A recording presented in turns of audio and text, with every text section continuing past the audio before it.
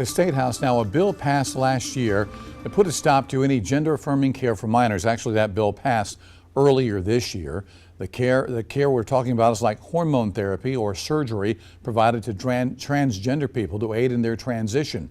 But now MUSC says they will no longer offer these procedures for anyone, even those over 18, due to language in the new law that passed in May. Our Josie Frost is at the State House tonight with more details. The bill was meant to target those under the age of 18, preventing them from undergoing procedures like surgery or hormone therapy. But now, MUSC has pointed to one sentence in the bill saying if they offer these procedures to anyone, including those over 18, they'll lose their state funding.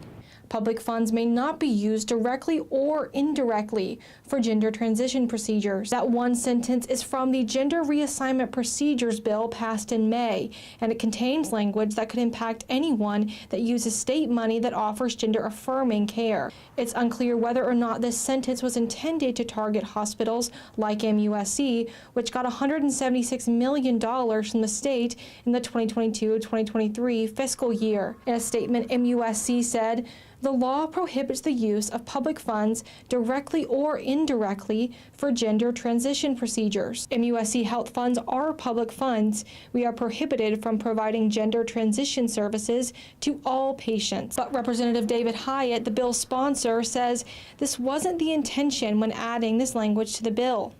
And so our bill dealt with the minors only, but I applaud MUSC for going the next step and saying they're not going to do any of those procedures for any individual in South Carolina. Chase Glenn is the director of the Alliance for Full Acceptance. He believes the language in the new law is intentionally vague. The hospitals like MUSC and the healthcare providers that are having to make this difficult decision to cut off care to all trans people are doing this because of the position that our lawmakers have put them in. Our state legislature has overstepped and has passed a law that is taking away the healthcare rights of South Carolina citizens. Glenn is also one of many transgender people that went to MUSC for gender-affirming care and will now have to go elsewhere. It's, really scary to think about having to start that whole process all over again, to find a provider, to have to go through the process of sharing all of this information and to get set up again. Now, MUSC is unique in that they're a state institution. This won't affect private hospitals that offer gender-affirming care like Prisma. But even hospitals that get small grants from the state could fall under this interpretation. Reporting at the State House, Josie Frost, News 19, WLTX.